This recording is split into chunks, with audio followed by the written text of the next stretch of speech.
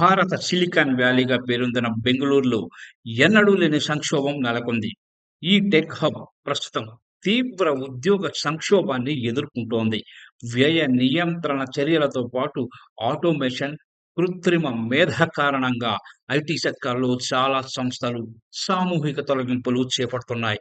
2024లో సుమారు 50,000 మందిని ఉద్యోగాల నుంచి తొలగించినట్టు ఇన్‌సాట్స్‌లోని ఒక నివేదిక తెలిపింది.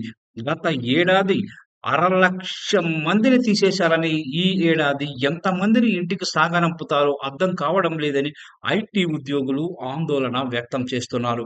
ఈ సంక్షోభ ప్రభావం హౌసింగ్, రియల్ ఎస్టేట్, స్థానిక వ్యాపారాలపైన పడనుంది. రానున్న కొన్ని వారాలు, నెలల్లో ఐటీ సంస్థల్లో లే ఆఫ్‌లు తీవ్రంగా ఉంటాయని భావిస్తున్నారు. లే ఆఫ్‌లో ఎక్కువగా బాధితులుగా మిగిలేది దిగువ స్థాయి ఉద్యోగులే. ఆటోమేషన్, ఏఐ సంక్షోభం కారణంగా చేపట్టే కాస్ట్ కటింగ్‌లలో మొదట బలయ్యేది వీరే.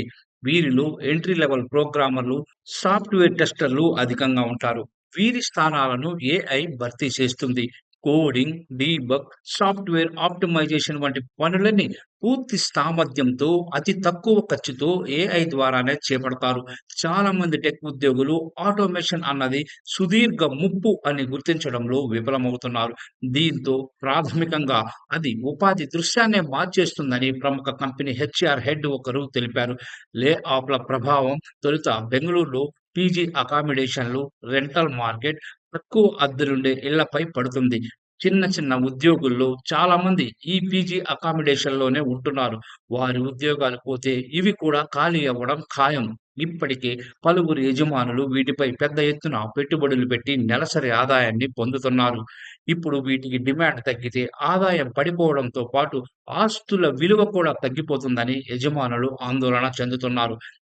పార్కులు, కార్పొరేట్ కార్యాలయాలకు హాట్ స్పాట్ లాంటి ఔటర్ రింగ్ రోడ్డుకు సమీపంలో పెద్ద ఎత్తున పెట్టుబడులు పెట్టిన వారు కూడా హడలిపోతున్నారు ఇప్పుడు.